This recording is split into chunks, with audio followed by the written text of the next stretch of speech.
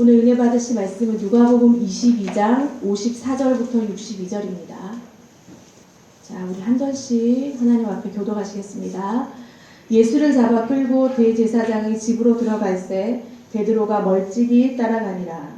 사람들이 들어가에 물을 태우고 함께 앉았는지라. 베드로도 그 가운데 앉았더니 한 여종이 베드로의 불빛을 향하여 앉은 것을 보고 주목하여 이르되 이 사람도 그와 함께 있었느니라 하니, 베드로가 너희와 이르되 이 여자는 내가 그를 알지 못하노라 하더라. 조금 후에 다른 사람이 보고 또 이르되 너도 그 도당이라 하거늘 베드로가 이르되 이 사람아 나는 아니로라 하더라. 한 시간쯤 있다가 또 한 사람이 전하여 이르되 우리는 이 사람이 참으로 그와 함께 있었느니라. 베드로가 이르되 이 사람아 나는 내가 하는 말을 알지 못하노라고 아직 말하고 있을 때에 닭이 곧 울더라. 주께서 일러 베드로를 주시니 베드로가 주의 말씀 곧 오늘 다 오기 전에 내가 세 번을 부인하리라 하시니 생각나서 밖에 나가서 심히 통곡하니라. 아멘. 우리가 2주 전에 누가복음 설교를 했는데요. 그때는 겟세마네 동산에서 기도하셨던 예수님에 대해서 좀 나눴어요. 그래서 기도에 대해서 좀 나누고 예수님께서 그 사명을 감당하시기 위해서 피땀을 마지막에 흘리시고 기도를 했어요. 근데 제자들하고 예수님하고 함께 있었지만 예수님의 마음이 제자들에게 전혀 공유되지는 못했어요. 근데 마치 시간을 정해놓은 것처럼 기도를 마치자마자 가룟 유다가 예수님께 와서 입을 맞추고 대제사장과 성전의 경비대장들과 그리고 장로들이 예수님을 체포를 해갔어요. 자, 그런 뒤에 그 밤에 예수님을 대제사장이 끌고 자기 집으로 데리고 갑니다. 보통은 밤에 신문을 하진 않죠. 대낮에 신문을 해서 옳고 그름을 밝히는데 예수님이 기도하셨던 그 저녁 밤 시간이 마치자마자 대제사장이 자기 집 뜰 안으로 끌고 가는 거죠. 예수님에 대해서는 속전속결로 모든 것을 빨리 해결하고 십자가에 못 박기 위해서인 거예요. 그러고 나서 그 장면 바로 뒤에는 예수님이 어떤 모습으로 신문을 해야 되는 게 나와야 되는데 성경은 그것을 기록한 게 아니라 신문 기록하기 전에 베드로의 모습을 기록하고 있어요. 54절에서 62절인데요. 9절이나 할당을 해서 긴 절을 우리에게 읽어주면서 베드로에 대한 마음과 그에 대한 행동들을 다 기록을 하고 있어요. 이 장면은 마태복음에도 있고 마가복음에도 있고 요한복음에도 있어요. 근데 누가복음이 가장 길고 좀 자세하게 기록이 되어 있어요. 여러분이 성경을 한번 보세요. 대략적으로 보면 54절을 보시면 베드로가 잡히신 예수님을 멀찍이 따라갑니다. 그리고 그 다음 절에 대제사장 뜰 불 피운 곳에 베드로가 앉아있죠. 그리고 그 다음 절에 보면 한 여종이 와서 베드로를 유심히 봅니다. 그 다음 절을 가면 그 여종이 베드로를 지적을 하자 베드로가 바로 예수님을 부인하고 그 다음 절에 또 한 번 부인하고 그 다음 절에 예수님을 세 번째 부인을 합니다. 부인을 하자마자 닭이 울죠. 울고 나서 그 닭이 울자마자 주님이 61절을 보면 몸을 돌려서 베드로를 보셔요. 그리고 베드로가 예수님과 눈이 마주치자마자 예수님이 예전에 하셨던 말씀이 생각이 나는 거예요. 그리고 마지막에 밖에 나가서 심히 통곡을 합니다. 누가복음 22장까지만 해도 베드로는 예수님 앞에서 자신이 얼마나 믿음이 신실한가를 호언장담했어요. 22장 우리 한번 볼까요? 22장 앞에 절 보세요. 22장 33절에 보면 베드로가 예수님 앞에 뭘 말하냐면 그가 말하되 주여 내가 주와 함께 오게도 죽는 데에도 가기를 각오하였나이다 이렇게 얘기를 하고 있어요. 심지어 마태나 마가복음에 보면은 내가 주와 함께 죽을지언정 주를 부인하지 않겠습니다 이렇게 말을 하고 있거든요. 아마 베드로가 그 당시에는 분명히 진심이었을 거예요. 거짓말로 그렇게 얘기는 하지 않았을 텐데 우리도 주님 앞에 기도할 때 주님 앞에 우리의 마음을 고백할 때는 진심으로 하잖아요. 그런데 베드로가 예수님이 막상 잡혀가시는 그날이 딱 오니까 멀찍이 따라갑니다. 이 멀찍이 따라갔던 모습과 베드로가 마지막으로 예수님을 부인하고 나서 예수님과 눈이 딱 마주치잖아요. 그 마주치는 장면이 사실 누가복음에만 묘사가 되어 있어요. 멀찍이는 모든 사복음서에 있지만 이 예수님하고 눈이 마주쳤던 것은 사실은 누가복음에만 묘사가 되어 있어요. 베드로와 눈이 우연히 마주친 게 아니라요. 본문을 자세히 읽어보면 예수님께서 자신을 부인하는 베드로에게 몸을 돌이키셔서 직접 그를 향해서 보시는 거예요. 몸을 돌이켜서. 이때 예수님의 모습이 어떤 모습일 것 같습니까? 너 지금 나 부인하니? 그리고 격렬하고 비판적인 눈빛으로 쳐다볼 것 같아요. 베드로를 아마 걱정하고 안타까워 하시는 눈빛으로 쳐다보셨을 거예요. 우리가 베드로를 보면 엄청난 기적을 경험한 사람이에요. 베드로를 처음에 부르실 때 어디서 부르셨냐면 배 위에서 부르셨어요. 베드로가 밤새도록 노력해도 물고기가 잡히지 않았는데 예수님의 말씀을 의지하고 물고기를 그물을 던지자 그물이 찢어질 정도로 물고기가 많이 잡혔어요. 그것뿐만 아니라 베드로의 장모님을 예수님이 고쳐주셨고 베드로가 보는 앞에서 수많은 질병과 아픔을 가진 사람들이 회복이 되는 것을 베드로가 직접 목격했어요. 그것만 있는 게 아니라 베드로는 유일하게 무리를 걸었잖아요. 예수님 때문에. 그리고 예수님이 파도를 꾸짖어서 파도를 잠잠하게 하는 모습도 베드로가 보았고 귀신을 내쫓는 모습, 병을 치료하는 모습, 귀신 들린 사람이 제정신이 아니라 이렇게 돌아다니다가 그리고 멀쩡하게 된 모습까지도 베드로가 다 봤어요. 그것만 아니라 오병이어도 경험을 하게 됐잖아요. 오병이어. 그리고 예수님이 저기 물고기가 있으니까 물고기 입을 벌려봐라. 그래서 입을 벌려봤더니 안에 동전이 있었어요.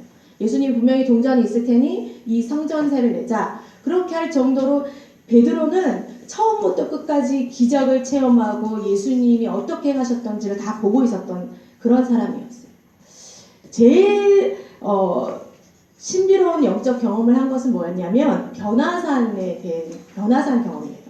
율법에서만 있고 조상들이 말씀해 주셨던 그 모세와 엘리야를 그 변화산에서 봤어요. 직접 자기 두 눈으로.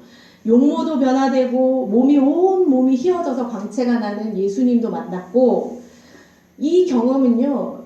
제자들 중에서 3명밖에 할 수 없었어요. 아무나 경험할 수 있는 경험이 아니잖아요. 그리고 동시에 베드로가 뭘 했냐면 신앙 고백을 했어요. 주는 그리스도시요 살아계신 하나님의 아들이십니다. 근데 오늘 베드로의 모습은 초라하기 짝이 없어요. 멀찍이라는 이 단어가 공간적으로 멀리 떨어져 있는 모습을 묘사하는 동시에 정서적인 거리까지 모습을 표현한 겁니다. 그럼 베드로가 예수님과 갑자기 멀어질 수밖에 없었던 이유가 뭘까? 그거는 뭐냐면 여러분 뭐 같아요? 베드로가 왜 이렇게 멀리 예수님을 멀찍이 떨어졌을 것 같습니까? 그건요 두려움이에요. 우리가 가장 작고 초라해질 때가 언제냐면 두려움이 엄습할 때거든요. 베드로가 겟세마네 동산에서 예수님하고 같이 기도하고 있을 때 그때조차도 이런 일이 벌어질 거라고 생각도 못했어요. 베드로가 생각할 때는 얼마 전까지만 해도 예수님이 뭐였냐면 영웅이었어요. 왕이셨고 이스라엘을 회복시키실 위대한 왕이 되실 분이었어요. 근데 순식간에 예수님이 잡혀서 죄인이라는 존재가 돼버렸으니 베드로가 얼마나 당황스럽겠어요. 성경에는요 두려움에 대한 얘기를 굉장히 많이 합니다. 왜 많이 하냐면 그만큼 우리가 겪는 감정 중에서 이 두려움이 엄청나게 힘들고 많기 때문이에요. 여러분이 가장 두려울 때는 언제인 것 같아요? 언제가 가장 두렵나? 보통은요 두려울 때가 언제냐면 나의 미래를 알 수 없을 때 두려워해요. 한치 앞도 볼 수 없을 때. 근데 성경은 뭐라고 기록을 하면요 우리가 가지고 있는 이 개인적인 미래의 일을 아는 것을 중요하게 생각하지 않아요. 전도서 7장 14절에 보면요 형통한 날에는 기뻐하고 반응하는 거예요. 공고한 날에는 되돌아보아라. 이 두 가지를 하나님이 병행하게 하사 사람이 그 장래 일을 능히 헤아려 알지 못하게 하셨느니라 라고 기록되어 있어요. 누가 못하게 하셨냐면 하나님께서 알지 못하게 하셨대요. 장래의 우리의 일을. 우리는 궁금한데 왜 그러셨을까? 우리 자신만 의지하고 사는 게 아니라 우리가 미래를 알지 못하기 때문에 하나님을 의지하고 살아가게 하기 위해서 그렇게 만들어 놓으시는 거예요. 근데 우리는 이렇게 하나님이 장래일을 알 필요가 없다고 말씀하시는데도 궁금하잖아요. 그래서 믿지 않는 사람들이나 믿는 사람들이나 다 점집에 가요. 그래서 무당한테 궁금하니까 물어보는 거예요. 우리 아들 대학에 합격하겠습니까? 제가 내일 승진할 수 있겠습니까? 국회의원 당선되겠습니까? 라고 물어보는 거예요. 하나님께서 분명히 형통한 날에는 기뻐해라. 합격하면 기뻐하고 떨어지면 자신을 되돌아보아라. 반응만 하는 거예요. 주님 앞에. 그런데 사람들은 이렇게 미래를 궁금해하죠. 우리도 궁금해하잖아요. 이제 더 이상 궁금해하지 마세요. 이 두려움과 반대되는 단어가 요한일서 4장 18절에 있어요. 제가 요한일서 4장 18절을 읽어드릴게요. 사랑 안에는 두려움이 없고 온전한 사랑이 두려움을 내쫓나니 두려움에는 형벌이 있음이라. 두려워하는 자는 사랑 안에서 온전히 이루지 못하였느니라. 자, 여기에 뚜렷하게 대조가 되는 두 단어가 있죠. 우리가 보통 사랑에 반대되는 단어를 보통 뭐라고 생각하세요? 미움이라 생각하잖아요. 근데 좀 어떤 사람은 뭐 무관심 뭐 이렇게 생각하잖아요. 근데 이 성경에는 사랑에 대한 반대의 단어를 두려움을 두고 있는 거죠. 두려움이 없는 순간이 있는데 요한일서에 보면 그때가 언제냐면 사랑 안에 있을 때 두려움이 없대요.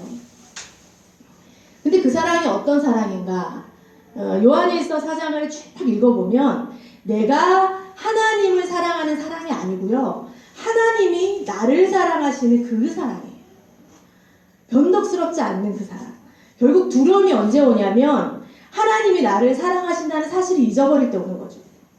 그러면 어떻게 되냐면 하나님 없이 우리의 초점이 어디로 맞춰지냐면 자신에게 맞춰져요. 그리고 환경에게 맞춰지는 거죠. 나에게 맞춰지고 환경에 집중할 때 그때 오는 게 뭐냐면 두려움이라는 거예요. 조나단 에드워드를 잘 아시죠? 조나단 에드워드가 쓴 신앙 감정론이라는 책이 있어요. 그 책에 보면 이런 말이 나와 있어요. 제가 읽어드릴게요. 인간의 본성에 영향을 주는 원리 가운데서 언제나 사람들을 양심적으로 만드는 것은 두려움과 사랑이다. 따라서 이 둘 중에 하나가 약해지면서 다른 하나가 우세하지 못하면 하나님의 백성들이 생명이 없는 육신적인 삶으로 타락할 때, 즉 사랑이 잠들었을 때 그들은 진정 슬프게 될 것이다. 따라서 하나님께서는 천칭의 두 접시들과 같이 사랑과 두려움이란 이 상반되는 원리 가운데 하나가 일어나면 다른 건 사라지도록 질서를 확립하셨다. 이렇게 기록이 돼 있어요. 이게 무슨 말이냐면 두려움이 왔을 때는 하나님에 대한 사랑이 멀어지고 하나님에 대한 사랑을 확신하게 될 때는 이 두려움이 사라진다는 거예요. 이 사랑에 대한 확신을 다른 말로 우리는 믿음이라고 말을 하기도 해요.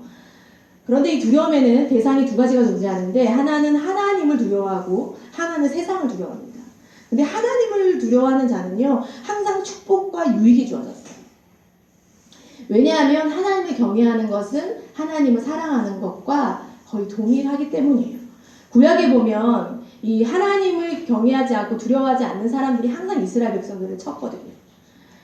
그런데 하나님에 대한 두려움 외에 우리가 오는 이 세상에 대한 두려움은요 우리를 되게 위축시키고 소심하게 만들어요. 그래서 자신에게 점점점 초점이 맞춰지기 때문에 뭘 못 보냐면 시야가 좁아져서 큰 그림을 못 봅니다. 큰 그림을 보지 못하니까 생각이 어떻게 되냐면 편협한 생각을 가지게 되는 거예요. 자신이 생각한 것 외에는 보이지가 않는 거예요. 그래서 이게 점점점 심해지면요 자신에게 계속 집중하다 보니까 우울증이 생기는 거예요. 그리고 자신에게만 집중하다 보면 어떻게 되냐면 대인기피증까지 오는 거죠. 근데 이런 일이 어떤 특정한 사람에게 주어지는 게 아니라 모두에게 온다는 거예요. 저도 오고요. 여러분에게도 다 와요. 목회자들이 제일 많이 경험하는 게 뭔지 아십니까? 우울증과 대인기피증이에요. 하나님 안에 있는 사람 같은데 제일 많이 경험하는 게 우울증과 대인기피증이에요. 참 아이러니하죠. 근데 성경에 많은 인물들이 이런 것들을 다 경험했다는 거예요. 우리가 아브라함을 여러분 잘 아시는 아브라함을 한번 봅시다. 아브라함이 제일 처음에 가나안 땅에 와서 마주쳐야 했던 두려움은 뭐였냐면 가뭄이었어요. 그래서 이 두려움에 대한 방안이 이제 아브라함이 세운 거죠. 어디로 가냐면 애굽으로 이사를 하게 됩니다. 이사를 했는데 막상 도착해 보니까 애굽 사람이 너무 두려운 거예요. 그래서 이 상황을 극복하기 위해서 이제 자신이 생각을 하는 거예요. 어떻게 생각했냐면, 우리 아내를 이용해야겠다. 이 생각이 든 거죠. 우리 머리에서 나오는 생각은 다 이 모양 이 꼴이에요. 어떻게 아내를 이용해서 그 애국에서 살아남을 생각을 하십니까? 안 하잖아요, 보통은. 근데 두려움은요, 이 생각을 왜곡되게 하고 굉장히 어리석게 만들어요. 그래서 이 하나님께서 어리석은 이 아브라함에게 하나님이 개입하시지 않으면 이게 해결이 되지 않는 거죠. 그래서 하나님이 직접 개입하셔서 이 모든 사건을 해결하십니다. 어떻게 해결하냐면 하나님이 이 일 때문에 바로와 그 집에 재앙을 내리세요. 사실은 잘못은 누가 했어요? 아브라함이 했는데 바로가 그 재앙을 당하게 됩니다. 아브라함은 우리가 알고 있는 유대인들 뿐만 아니라 우리 모든 그리스도인들이 존경하고 좋아하는 믿음의 조상이잖아요. 그런데 그가 두려움에 처하자 이렇게 어처구니 없는 결단을 저지르는 거죠. 두려움은요, 이성을 마비시키고 한없이 자신을 작게 만들어요. 그래서 아내를 여동생으로 만들어서 이방 왕에게 팔고 자신은 아내 때문에 생명을 유지하겠다는 생각을 하는 거예요. 상식적으로 이해가 되지 않는 이 생각을 아브라함이 하는 거예요. 왜 그러냐면 아브라함이 그만큼 애굽에 대한 두려움이 컸다는 거예요. 그런데 이 두려움은 아브라함이 자처한 거예요. 왜냐면 하나님께서는요, 아브라함이 애굽에 가기를 원하지 않으셨어요. 그런데 그럼에도 불구하고 아브라함이 생각한 이 두려움 때문에, 가뭄 때문에 애굽에 내려가서 이렇게 어리석은 생각을 하는 거예요. 우리에게도 있잖아요. 갑자기 이렇게 두려움이 생기게 되면 보통은 가만히 있으면 좋잖아요. 아무 생각 안 하고 가만히 있으면 되는데 두려움이 임한 사람은 분주해져요. 막 뭔가를 하려고 해요. 어떤 조치를 취하려고 하는데 이 조치가 어떻게 되냐면 이게 어리석은 생각으로 계속 인도를 하는 거예요. 그래서 지나고 나서 제정신을 차려보면 내가 얼마나 부끄러웠는지 모르는 거죠. 근데 그때조차도 하나님은 아브라함에게 하셨던 것처럼 우리를 인도하시고 사랑으로 이끌어내신다는 거예요. 아브라함이 이렇게 어리석은 생각을 하고 나서 온갖 수치를 다 당해요. 아브라함이 수족이 얼마나 많았냐면 조카 롯이 소돔과 고모라를 지정을 해서 그쪽으로 갔을 때 그 땅의 연합군들이 이제 소돔과 고모라도 쳐버리고 롯을 잡아가요. 근데 아브라함이 그 롯을 구해내기 위해서 군사를 이끌고 가거든요. 근데 그때 집에서 기르던 군사가 몇 명이냐면 318명이나 돼요. 물론 애국 갔을 때보다 훨씬 뒤에 일어난 일이지만 아브라함 되게 부자였어요. 그러니까 수족이 많았던 거죠. 종도 많고 자신이 거느리고 있던 사람도 많았거든요. 그 모든 사람 앞에서 망신을 당하는 거죠. 그런데 이렇게 하나님께서는 스스로 아브라함이 잘못한 건데도 불구하고 아브라함이 두려움 가운데 떨고 있을 때 하나님이 스스로 개입하셔서 건져주셨다는 거예요. 사실 이게 은혜예요. 우리는요, 이 은혜로 계속 사는 거예요. 우리가 믿음이 있으면 얼마나 있겠어요? 하나님께 잘한다고 하면 얼마나 잘하겠어요? 사실은 그렇지 않아요. 아브라함이 믿음이 좋아서 건져주신 것이 아니고요. 어리석고 부족한 아브라함에게 이 은혜가 계속 흐르는 거예요. 그래서 이 은혜가 아브라함을 만들고 이 은혜로 결국 아브라함이 믿음의 조상이 되는 거예요. 우리가 또 다른 사례를 보면요. 이스라엘 백성들을 볼 수가 있는데 출애굽하고 난 이스라엘 백성들에게 어떤 두려움이 닥칩니다. 출애굽할 때 어떤 상황이에요? 10가지 재앙을 하나님께서 신기하게 펼치셨잖아요. 그래서 진짜 놀라운 그 하나님의 지극한 기적 때문에 이스라엘 백성들이 구원을 받고 갈 때 빈손으로 보내지 않으셨어요. 애굽이 가지고 있던 금은 보화 폐물들을 전부 다 가지고 나왔어요. 나올 때 하나님 찬양하고 얼마나 좋았어요. 근데 한참 가다 보니까 뒤에는 애굽 군대가 쫓아오고 앞에는 뭐가 있어요? 홍해가 있는 거죠. 이 두려움이 엄습해 오는 겁니다. 근데 이스라엘 백성들은 어떤 그런 집단이었나요? 어린 갓난 아이부터 노인에 이르기까지, 그리고 뭐 가축과 양과 그런 거 다 있었잖아요. 그러니까 가는 속도가 빨랐겠어요? 느렸겠어요? 얼마나 느렸겠어요? 그 아기들 다 데리고 가는데 유모차도 없을 거 아니에요. 그때는 그 아이들을 다 데리고 가는데 이스라엘 백성들이 그렇게 데리고 가는데 뒤에서 군대가 쫓아오는 거예요. 건강한 군대가 말을 타고 쫓아오는데 얼마나 무서웠겠어요. 두려움이 엄습하죠. 그런데 이 상황을 누가 만드셨냐면 애굽이 쫓아오는 상황은 하나님이 만드신 것이 아니지만 이 홍해로 인도하셨던 것은 사실 하나님이에요. 우리가 한번 찾아봅시다. 출애굽 13장입니다. 구약 102페이지예요. 출애굽기 13장 17절을 한번 보세요. 102페이지.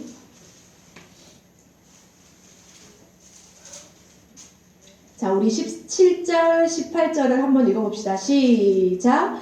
바로가 백성을 보낸 후에 블레셋 사람의 땅의 길은 가까울지라도 하나님이 그들을 그 길로 인도하지 아니하셨으니 이는 하나님이 말씀하시기를 이 백성이 전쟁을 하게 되면 마음을 돌이켜 애굽으로 돌아갈까 하셨습니다.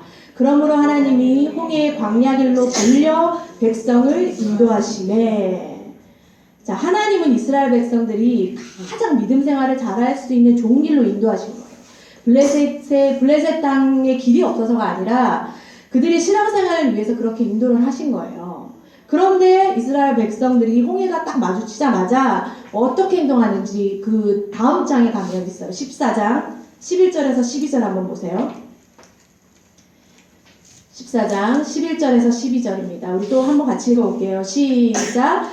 그들이 또 모세에게 이르되 애굽에 매장지가 없어서 당신이 우리를 이끌어내어 이 광야에서 죽게 하느냐? 어찌하여 당신이 우리를 애굽에서 이끌어내어 우리에게 이같이 하느냐? 우리가 애굽에서 당신에게 이른 말이 이것이 아니냐? 이르기를 우리를 내버려 두라. 우리가 애굽 사람을 섬길 것이라 하지 아니하더냐? 애굽 사람을 섬기는 것이 광야에서 죽는 것보다 낫겠노라. 이스라엘 백성들이요, 앞에 홍해가 있는 두려움이 임하자마자 막 불평하고 원망하고 뱉어내기 시작하는 거예요. 그런데 그 상황에서 하나님이 이스라엘 백성을 어떻게 보시냐면 불쌍히 보시는 거예요. 아브라함에게 임했던 그 은혜가 또 이스라엘 백성들에게 임하는데, 제가 이 상황을 보면 저 같으면 그래 홍해 그냥 빠져 죽든지 애굽 군대에게 다 찔려 죽든지 내버려두실 거예요. 근데 하나님은 이스라엘 백성들을 구원하십니다. 어떻게 구원하세요? 모세가 지팡이를 가르쳐서 홍해를 가르시죠. 홍해를 갈라서 이스라엘 백성들의 갓난아이부터 노인까지 짐승까지 싹 다 그 길을 건너요. 근데 여러분 생각해 보세요. 갓난아이부터 노인까지 그 길을 건널 때 얼마나 많은 시간이 걸렸겠어요. 그 많은 장정들이 충분히 따라올 수 있죠. 하나님은 그걸 아시고 어떻게 하셨냐면 이스라엘 백성 앞에 구름 기둥이 인도하고 있었거든요. 이 구름 기둥을 뒤로 보내시는 거죠. 뒤로 보내서 구름 기둥과 흑암을 보내서 애굽에 있는 군대가 이스라엘 백성들이 다 건널 때까지 쫓아오지 못하도록 하나님이 막으셨어요. 하나님이 그렇게 막지 않으면 이스라엘 백성들 다 건너지 못하잖아요. 하나님이 그 어리석고 불평하고 원망하는 이스라엘 백성들을 하나님 스스로 그 두려움의 대상을 처리하신다는 거예요. 여러분 너무 은혜스럽지 않으세요? 여러분이 지혜로우면 얼마나 지혜롭고 여러분이 생각하는 게 얼마나 하나님 뜻대로 살면 살겠습니까? 우리는 시시때때로 두려움 때문에 어리석은 일을 범하거든요. 얼마나 많이 실수를 하는지 모릅니다. 아브라함도 그랬고 이스라엘 백성도 그랬고 우리도 그렇고 항상 엉뚱한 결정을 했어요. 근데 오늘 본문에 베드로가 그런 결정을 내린 거죠. 자신이 그토록 인생을 올인했잖아요. 올인했던 그 예수님이 자기가 보는 눈앞에서 잡혀가시는 거죠. 왕이 될 줄 알았는데 죄인이 되신 거예요. 이스라엘의 왕이 내 눈앞에서 죄인이 되어서 체포되어 가실 때 얼마나 베드로가 두려웠겠어요. 베드로만 두려운 게 아니고요. 모든 제자들이 다 흩어졌어요. 우리도 보면 그래요. 우리도 누군가 믿음 없는 말을 하면요. 믿음 없는 말에 귀를 기울이면 안 되는데 그 믿음 없는 말에 아멘하고 우리 마음이 동조될 때가 너무 많아요. 실제로는요. 한 사람하고 관계만 틀어져도 내 모든 사명을 내려놓고 싶고 아무것도 하기 싫어요. 당장이라도 우리 가족 중에 무슨 일이 생기면 우리 뇌가 정지해버려서 아무것도 할 수 없는 게 우리예요. 믿음이 없다고요. 아예. 누가복음 22장에 보면은 예수님이 이 상황을 미리 예고하셨어요. 우리 본문 앞쪽을 가면 22장에 있는데 예수님이 뭐라고 하시냐면 시몬아 시몬아 31절이에요. 사탄이 너희를 밀가부르듯 하려고 요구하였으나 그러나 내가 너를 위하여 내 믿음이 떨어지지 않기를 기도하였나니 너는 돌이킨 후에 내 형제를 굳게 하라. 자, 여기서 사단이 나오는 거예요. 사단이 밀가부르듯 하려고 요구했다라는 말을 하고 있어요. 사단이 너희들 제자들에게 개입해서 마치 곡식 퀴즈를 하는 거예요. 우리 알곡과 쭉정이 퀴즈를 해보셨나요? 퀴즈를 하면 안에 가득 찬 알곡은 가라앉고 쭉정이는 위로 뚝뚝뚝 올라오잖아요. 그럼 바람이 불면 이 쭉정이는 날아가죠. 이렇게 퀴즈를 하듯이 누가 지금 시험을 하고 있냐면 사단이 어렵게 하고 있는 거예요. 베드로만 그렇게 하려는 게 아니라 모든 제자들에게 지금 이 두려움을 이용해서 그 두려움 배후에는 사단이 있는 거예요. 사단은 두려움을 이용했고요. 그 최종 목표는 뭐냐면 제자들의 믿음에서 떨어지게 하는 거였어요. 그런데 예수님은 어떻게 하시냐면 베드로가 떨어지지 않도록 계속 중보기도 하시는 거예요. 우리가 디모데후서 1장 7절을 보면 하나님이 우리에게 주신 것은 두려워하는 마음이 아니요 오직 능력과 사랑과 절제의 마음이니 이런 말이 있어요. 들어보셨죠? 근데 여기서 두려워하는 마음이라고 기록된 이 마음이요, 이 단어가 푸뉴마라는 단어예요. 여러분 푸뉴마는 많이 들어보셨죠? 푸뉴마는 성경에서 어떻게 해석이 되냐면 성령 아니면 영이에요. 그러니까 하나님이 우리에게 주신 것은 두려운 영이 아니요 이 뜻인 거죠. 그래서 이 세 번역은 어떻게 해석을 하냐면 하나님께서는 우리에게 비겁함의 영을 주신 것이 아니라 능력과 사랑과 절제의 영을 주셨습니다. 이렇게 해석을 하고 있어요. 이 두려움이라는 것은요, 영적인 성격을 갖고 있는 거예요. 두려움의 영, 비겁의 영, 이 영은 하나님의 영이 아니라는 거예요. 그럼 능력과 사랑과 절제의 영이 따로 있나? 그게 아니고요. 성령이 계신데 이 성령의 특징은, 성령의 성격은 능력과 사랑과 절제의 영이라는 거예요. 하나님은 우리에게 두려움의 영이 작동하도록 원하시는 게 아니라 이 능력과 사랑과 절제가 작동하여서 하나님의 복음이 거침없이 전해지기를 원하시는 거예요. 근데 우리 안에 두려움이 있는 거죠. 이 두려움의 상황이 뭐냐면 이 베드로가 가지고 있는 상황이에요. 두려움의 영에 눌려서 예수님을 어떻게 합니까? 눈앞에서 3번이나 부인하는 거죠. 이 두려움의 뒤에는 사단이 개입되어 있는 거죠. 사실은 이 사단이 개입되어 있다는 말을 누가복음밖에 기록하지 않아요. 욥기 아시죠? 욥을 그렇게 무너뜨리고 욥이 시험 들게 했던 것은 누굽니까? 하나님이 아니죠. 사단이 그 뒤에 있었어요. 베드로를 시작해서 모든 제자들을 이 사단이 넘어뜨리려고 하는 거예요. 바람에 날려가는 쭉정이처럼 베드로가 그렇게 되길 원하는 거죠. 베드로가 예수님을 배신한 것은 1차적인 일이에요. 그 이후에 사단이 하고자 하는 일이 뭐냐면 이 베드로가 죄책감 때문에 스스로 목숨을 끊든지 아니면 더 이상 사명을 감당할 수 없도록 만드는 거예요. 포기하게 하는 거죠. 베드로에서 입에서 이런 말이 나오게 하는 거죠. 나 같은 사람이 무슨 사명을 감당하나? 우리 이런 말 많이 하잖아요. 나 같은 사람이 무슨 목사를 합니까? 나 같은 사람이 무슨 목자를 합니까? 나 같은 사람이 무슨 찬양팀을 합니까? 나 같은 사람이 무슨 봉사를 합니까? 무슨 직분을 만들겠습니까? 이런 마음을 품게 하는 게 바로 이 두려움 뒤에 있는 사단의 역할이에요. 엄청 겸손해 보이잖아요. 근데 이 겸손을 가장한 이 배우의 악한 영들이 벌이고 있는 거예요. 겸손을 가장해서 뭘 하게 하냐면 최종적으로 사명을 감당할 수 없게 만드는 거예요. 사단의 목적은 이건 거죠. 그런데 예수님께서 이 시몬이 믿음이 떨어지지 않기를 기도해서 반드시 세워서 돌이키게 하시고 형제를 굳게 하라고 명령까지 하시는 거예요. 우리도 이 두려움에서 자유로울 수가 없는데 우리가 이 두려움에서 유일하게 자유로울 때가 언제냐면 하나님의 사랑 안에서 완전히 거할 때. 근데 앞에 우리가 두 사람을 보았잖아요. 두 사람이기보다는 두 집단을 봤는데 하나는 아브라함과 이스라엘 백성들을 봤잖아요. 그때 이스라엘 백성과 아브라함의 차이점이 있어요. 뭘까요? 둘 다 넘어졌잖아요. 두려움 때문에. 근데 1세대인 이스라엘 백성들이요, 결국 하나님의 사랑 안에 거하지 못했어요.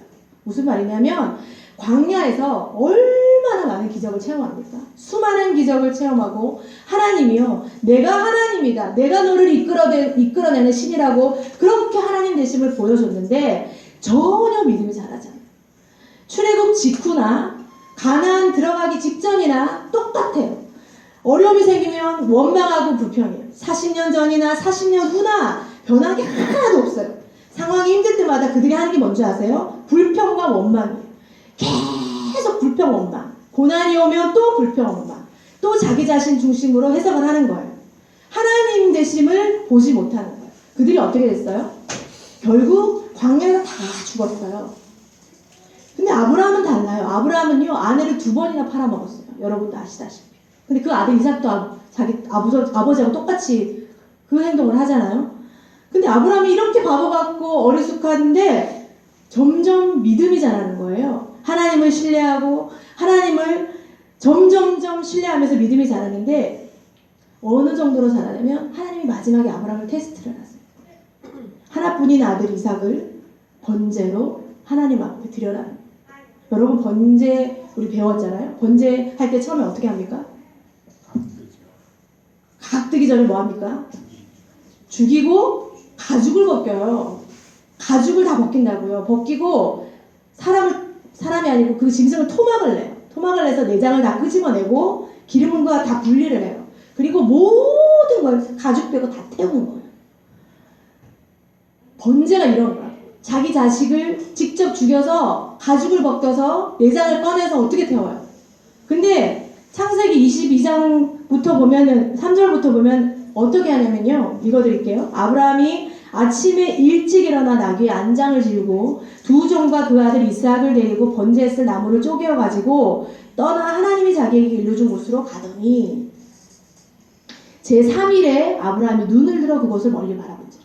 한참 걸어갔는데 3일이나 걸린 거예요. 하루에 25km 걸린다고 생각하면 3일 정도는 75km 정도 걸어간 거예요. 더 걸어갈 수도 있죠. 이제 나귀 타고 가니까. 아브라함 부자잖아요. 한 80km 가까이 걸어가면 여기서 어느 정도까지 걸어갑니까? 꽤 걸어간 거예요. 하여튼. 그리고 제3일에 아브라함이 눈을 들어서 그 하나님이 말씀하셨던 모리아산을 다 바라본 거예요. 그때부터 아브라함이 종들을 다 거기다 둡니다. 그리고 나귀와 함께 이삭과 그 나무 땔감을 가지고 둘이서 올라가요. 자, 하나님의 말씀이 떨어지자마자 그 다음날 아침 일찍 출발하죠. 그리고 제3일에 아브라함이 하나님이 말씀하신 그 모리아산을 바라보고 이삭과 단둘이 올라가요. 우리말에도 보면 작심삼일이라는 게 있잖아요. 3일이 지나면 모든 작심이 도로목 되잖아요. 월요일날 새벽기도 가야지 하고 월화수 지나면 목요일은 새벽기도가 안 가지는 게 우리 마음이잖아요. 수련회 갔다 오면 열심히 주를 섬겨야지 하다가 어느 정도 지나면 또 마음이 식는 게 우리잖아요. 그런데 3일이 지나면 아브라함이 믿음이 연약해져서 이삭아 이건 아닌 것 같다. 하나님이 내가 음성을 잘못 들은 것 같다. 그리고 다시 가야 되는데 그게 아니에요. 전혀 내면의 갈등과 요동도 없이 하나님께서 정하신 그 산을 바라보고 이삭과 단둘이 올라가요. 어떤 사람들은 이렇게 해석을 해요. 이 창세기 22장 3절에 아침 일찍 출발했다 그래서 아브라함이 자기가 믿음이 연약해서 믿음이 없어질까봐 그 다음날 아침 일찍 출발했다고 이렇게 많이 표현을 하거든요. 근데 그렇지 않아요. 아침에 출발했든 밤에 출발했든 아브라함은 3일이 지나도 믿음이 변치 않았어요. 그 하나님의 말씀만 기억하고 순종하기 위해서 걸어가는 거예요. 그렇게 와이프를 팔아먹었던 아브라함이 마지막에 하나님이 테스트했을 때 어떻게 됐냐면 완전히 그 테스트에 성공을 하는 거죠. 아브라함의 믿음이 너무너무 잘합니다. 아무 요동 없이 이삭을 묶어서 번제단 위에 올립니다. 그리고 이삭을 죽이려 하는 그 순간 하나님께서 말씀하시죠. 그 아이에게 손대지 마. 그에게 아무 일도 하지 마. 네가 네 아들 독자까지도 내게 아끼지 않았으니 이제 내가 여 하나님을 경외하는 줄을 알라. 아브라함이 처음에 무엇을 두려워했나요? 가뭄을 두려워했어요. 애국을 두려워했어요. 이 아브라함이 이제 하나님을 두려워하는 사람이 된 거죠. 완전히 믿음이 변했어요. 히브리서에는 이 아브라함을 어떻게 평가하냐면 아브라함은 시험을 받을 때 믿음으로 이삭을 드렸다. 그는 약속을 받은 자로 돼 외아들을 드렸다. 그에게 이미 말씀하시기를 내 자손이라 칭할 자는 이삭으로 말미암음이라 하셨으니 그가 하나님이 능히 이삭을 죽은 자 가운데서 다시 살리실 줄로 생각한지라 비유컨대 그를 죽은 자 가운데서 도로받은 것이니라 이렇게 표현하고 있어요. 아브라함의 지금 모습을 히브리서는 믿음하고 연관을 시키는 거예요. 하나님의 말씀을 완전히 믿은 거예요. 하나님의 사랑이 그의 모든 두려움을 앗아간 거예요. 완전한 주님의 사랑을 이 아브라함을 덮은 거죠. 하나님이 내게 어떻게 행했고 하나님이 어떻게 나를 기다리셨고 얼마나 어리석고 우둔한 나를 어떻게 하나님이 참으셨으며 어떻게 나를 인도하셨는지를 아브라함이 깨달은 거예요. 이게 바로 여러분 은혜예요, 은혜. 이 은혜가 우리에게 계속 작동할 때 우리가 어떻게 되냐면 믿음이 자랍니다. 우리가 하나님을 사랑하는 게 아니고요. 하나님이 나를 사랑했다는 이 사실을 깨달을 때 믿음이 자랍니다. 바울도 이 비밀을 깨달았어요. 그래서 내가 확신하노니 사망이나 생명이나 천사들이나 권세자들이나 현재일이나 장래일이나 능력이나 높음이나 기쁨이나 다른 어떤 피조물도 우리를 우리 주 예수 그리스도 안에 있는 하나님의 사랑에서 끊을 수 없으리라 이렇게 표현하고 있는 거죠. 이 비밀이 바울이 너무 믿어졌기 때문에 바울은 주를 위해 죽음조차 아까워하지 않고 마지막에 순교를 합니다. 우리 안에 계속 이 안에서 자라야 하는 게 뭐냐면요. 하나님이 얼마나 나를 사랑하시냐는 그거예요. 이게 계속 자라나야 되는 거죠. 요한일서 4장에는요. 하나님의 사랑을 어떻게 표현하고 있냐면 하나님의 사랑이 우리에게 나타난 바 됐으니 어떻게 나타났냐? 하나님이 자기의 독생자를 세상에 보내심은 그로 말미암아 우리를 살리려 하십니다.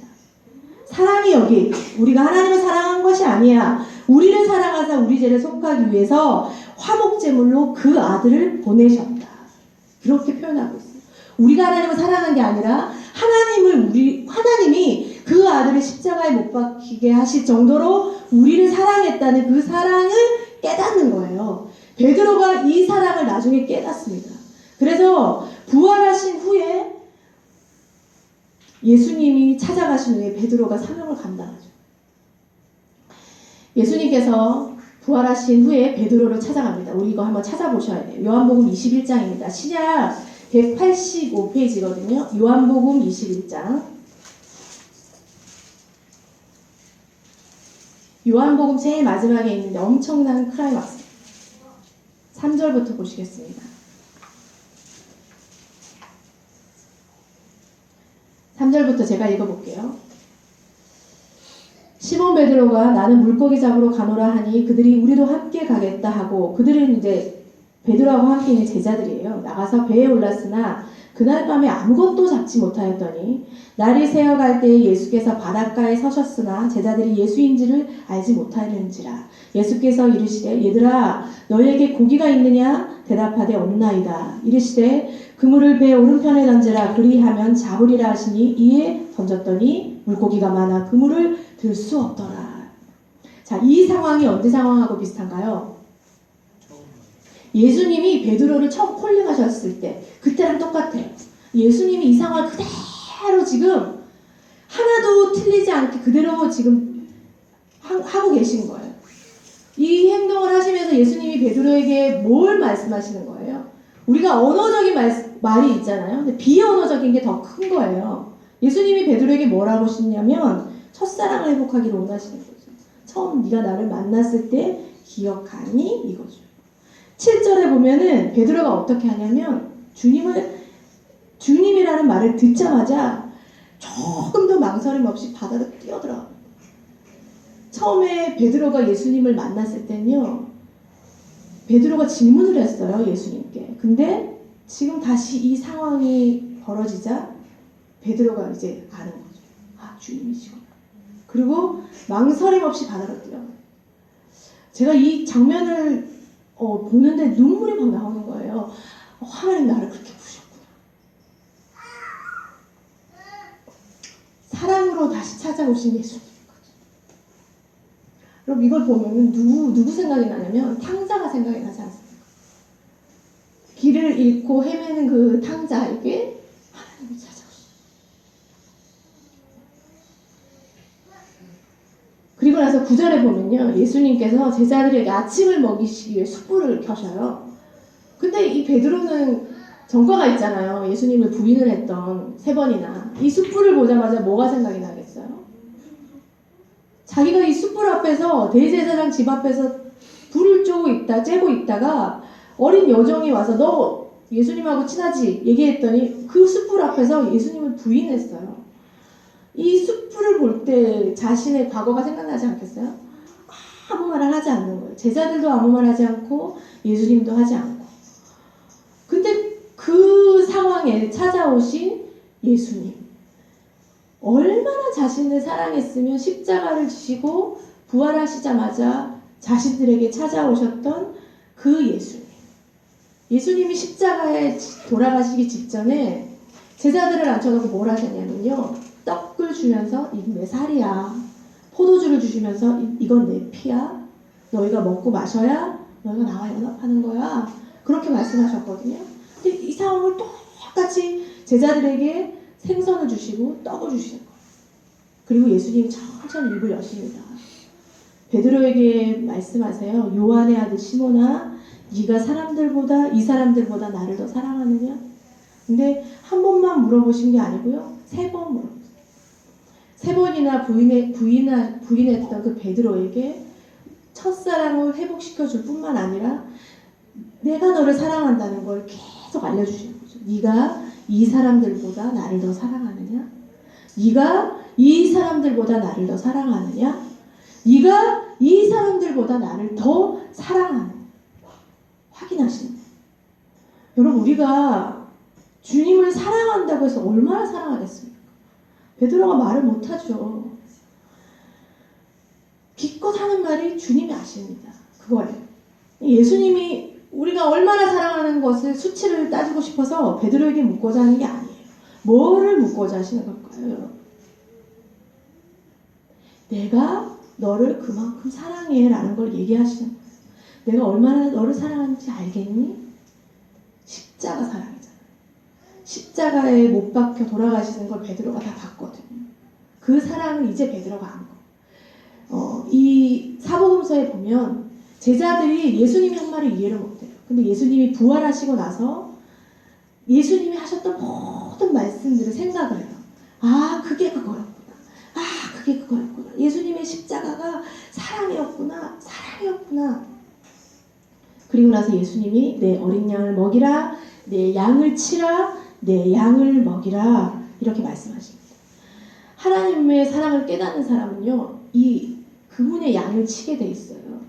그래서 하나님의 사랑이 그 양에게 또 흘러가게 하는 거예요. 내가 깨달은 거잖아요. 이제 깨달은 거잖아요. 이 십자가 사랑. 그래서 예수님이 지셨던 그 십자가를 베드로도 동일하게 십자가를 집니다. 여러분, 이 십자가는요, 그 사랑을 깨닫기 전엔 절대로 질 수 없어요. 자기 부인요, 절대 하지 못합니다. 누구든지 나를 따라오려거든 자기를 부인하고 자기 십자가를 지고 나를 따를 것이니라고 말씀하셨잖아요. 자기 부인요, 하나님의 사랑이 없는, 하나님의 사랑을 깨닫지 못하는 자기 부인은요, 나중에 무엇을 가지고 오냐면 우리 안에 억울함을 가지고 와요. 내가 하나님 앞에, 내가 교회 앞에, 내가 교인들 앞에 내가 어떻게 했는데, 내가 얼마나 헌금했는데 너희가 나를 무시해? 너희가 이딴 식으로 나를 대우하냐? 이 억울함이 막 올라오는. 근데 십자가 사랑을 깨달으면 깨달을수록요, 이게 올라오는 게 아니라 이제 자기 부인이 되는 거예요. 이제 십자가를 지는 거예요. 베드로가 그걸 알았어요. 그래서 죽을 때까지 하나님의 양을 치다가 베드로는 거꾸로 못 박혀서 십자가에서 죽습니다. 내가 어떻게 주님하고 똑같이 죽지? 감당할 수 없는 그 사랑에 십자가에 뒤집어서 죽게 되는 거예요. 오늘 어떤 분을 만났어요. 만나서 또 예수님 얘기를 하게 됐는데요. 만나면 이제 우리는 제일 먼저 기본적으로 물어보는 게 이제 교회 다니십니까? 예수님 믿으십니까? 이거 물어보는데, 사실은 다른 일 때문에 만났는데 저도 그 질문을 먼저 하게 되더라고요. 근데 이분이 얼마 전까지만 해도 교회를 다녔다가 교회를 안 다니고 있는 거예요. 그래서 이제 본론은 이건 A인데 A 얘기는 안 하고 계속 복음을 전했죠. 하나님의 사랑 막 우시는 거예요. 이번 주 오기로 했는데 올라온 거 모르겠어요. 기도 좀 해주세요. 집이 너무 멀어서 우리 안에 이거가 자꾸 생각이 나는 거예요. 누구를 만나든지 양을 먹여야 된다는 거죠. 양을 쳐야 되고 그 양을, 하나님이 원하시는 그 양을 쳐야 되는 거예요. 우리가 넘어질 때마다 예수님의 사랑을 생각하지 않을 수 없어요. 죽기까지 나를 사랑하셨는데 나는 죽는 것도 아니면서 이 정도도 못하나. 그때마다 정신이 번쩍 드세요. 여러분, 하나님이요, 우리를 정말 사랑하세요. 정말 사랑하고 우리에게 가장 좋은 것을 주기를 원하세요. 우리는 매일 이러잖아요. 눈앞에 홍해가 있다고 해서 막 불평해. 근데 하나님이 사실은 그 블레셋 땅으로 인도할 수 있었거든요. 근데 믿음이 약해질까봐 이쪽으로 인도하신. 그럼 인도하신 하나님이 홍해를 못 건너게 하시겠어요? 근데 원망하고 불평하잖아요. 근데 이 홍해가 사실은 하나님의 사랑이었고 하나님의 최선의 방법이었고 주님의 인도하심이었어요. 근데 우리는 홍해 때문에 하나님을 원망하는. 홍해는 하나님의 가장 지극한 사랑뿐만 아니라 하나님과 우리를 가까워지게 하는 매개체입니다. 이삭을 바치라고 하는 하나님께 우리는 원망하잖아요. 그것 때문에 이 하나님이 예수 그리스도를 우리에게 주셨는 거예요. 하나님께서 우리에게 주어지는 그 상황이 사실은 하나님의 그 간섭 아래 섭리라고 하죠. 하나님이 우리를 향한 그 섭리 안에서 가장 지금 이 순간에 여러분들에게 가장 좋은 것으로 주시는 거예요. 그것이 믿어지지 않으면요 절대로 십자가 사랑을 깨달을 수 없어요. 그리고 자기 부인 어떻게 합니까? 그 사랑을 깨달을 수 없는데 그러니까 어떻게 되냐면요 홍해만 보면 이삭 바치라고 하면 불평이 나옵니다. 이스라엘 백성 1세대 이스라엘 백성처럼 계속 불평하는 거예요. 홍해 때문에 불평하고 뭐 때문에 고기 때문에 뭐 때문에 불평하고 계속 불평하고 평생 살다가 그냥 광야에서 죽는 거예요. 한 번도 하나님의 영광과 하나님의 연합과 하나님의 인도하심과 하나님의 그 지극한 사랑을 한 번도 경험해보지 못해요. 우리 순교를 아무나 하는 게 아니에요. 그 사랑에 덧입혀져서요 아무것도 어떤 죽음이라는 이 두려움조차도 나를 감당할 수 없을 때 그 사람에게 순교의 특권을 주시는 거예요. 왜? 하나님은 두려우면요 하나님의 사랑은 모든 두려움을 몰아내거든요. 우리가 가장 두려워하는 게 죽음 아닙니까? 이 죽음을 몰아낼 만한 그 하나님의 사랑, 하나님이 이 사람만 사랑하고 이 사람을 사랑하지 않는 게 아니고요. 그 사랑을 깨달은 사람이 순교할 수 있는 것이고 그 사랑을 깨달은 사람이 양을 먹이는 거고 그 사랑을 깨달은 사람이 하나님의 양을 치는 거고 그 사랑을 깨달은 사람이 자기를 부인하는 거죠. 그 사랑을 깨닫지 못하고 하는 부인, 그건 자기 의가 되고요. 그 사랑을 깨닫지 못한 십자가, 결국 그 십자가가 자기 의가 되는 거예요. 하나님을 묵상하세요. 하나님의 사랑을 묵상해요. 내 사랑이 아니에요. 우리는요 하나님 사랑 못해요. 옆에 있는 내 자식도요 사랑이 안 되거든. 근데 어떻게 우리가 하나님을 사랑해요? 그냥 그저 하나님의 사랑을 받고 하나님 그 사랑이 너무 감사해서 우리가 하나님께 반응하는 거죠. 십자가가 부담되고 자기 부인이 분노로 변하는 건요 아직 그 사랑이 깨달아지지 않아요. 오늘 제가 마지막 곡으로 이 십자가 그 사랑 멀리 떠나서 이 찬양을 선택을 했거든요. 십자가 그 사랑 멀리 떠나서 무너진 나의 삶에 잊혀진 은혜. 이 은혜가 뭐냐면 하나님이 나를 얼마나 사랑하는 거예요. 그래서 원래는 돌 같은 내 마음이 하나님이 어루만져 주셔서 우리가 주를 사랑할 수 있게 되는 거고요. 이 사막의 강물을 낸다는 게 뭐냐면 우리의 내면이 이런 거죠. 바삭바삭한 모래같이 사막의 강물을 내는 것이 마치 우리가 번영하게 되는 게 아니고요. 내 내면인 거지. 사막 같은 내 내면. 성령을 물로 표현하잖아요. 물이 하나도 없는 혼주한 사막이에요. 사막은 생명이 살 수가 없는 거죠. 물이 없으니까. 아무것도 살 수 없는 사막과 같은 내 심령에 내 의가 이만큼도 없는 그 심령에 하나님의 사랑이 들어올 때 강물이 됩니다. 그래서 넘쳐서 그 강물이 길을 내서 이 길을 주변에 만국을 치료하는 잎사귀가 돋고 사계절 내내 생명나무가 열매를 맺는 그 은혜가 깨달아지셔야 돼요. 베드로처럼 우리가 지금 넘어지고 지금 무언가를 두려워한다고 해서 절대로 기죽지 마세요. 우리는 언제나 두려워하는 존재이지만 하나님의 사랑이 깨달아질 때 그 순간에 하나님이 우리를 인도하세요. 그 순간에 하나님이 우리에게 사명을 주시고요. 그 순간에 이 사명을 감당할 수 있고요. 그 순간에 하나님이 주신 양들을 품을 수 있어요. 하나님이 우리를 개척하게 해주셔서 얼마나 감사하지 모르겠어요.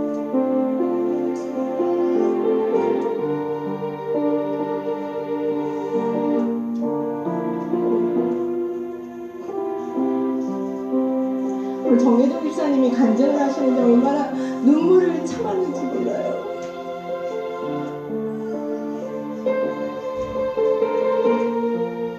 돌 같은 우리의 마음과 사과과 같은 우리의 마음을 그 사랑이 덧입혀주는 거예요. 여러분 이거를 깨달아야 되는데 오늘도 그 자매랑 대화를 하는데 그걸 모르는 거예요. 막연한 거예요. 그냥 하나님이 나를 사랑하는 것 같아요. 그래서 자꾸 이런 사람을 만나네요. 그러시더라고요. 너무 사랑하시죠. 3개월마다 만난대요. 예수 믿는 사람. 잊어버릴만 하면 만나고 잊어버릴만 하면 만나고 심지어는 교회까지 왔잖아요. 우리의 무너진 삶 속에 이 은혜를 회복해야 됩니다. 십자가 은혜를 회복하지 않으면 여러분 교회 오는 게 너무 힘들어요. 11시까지 어떻게 와요? 아침에 늦잠 자고 싶은데 이 은혜가 깨달아지지 않으면 여러분 목자로서 어떻게 사명을 감당합니까? 어떻게 목사가 됩니까? 어떻게 집사가 됩니까?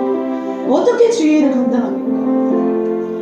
여전히 내 마음이 사각이고 여전히 내 마음이 돌인데 어떻게 하나님의 은혜가 흘러가겠어요?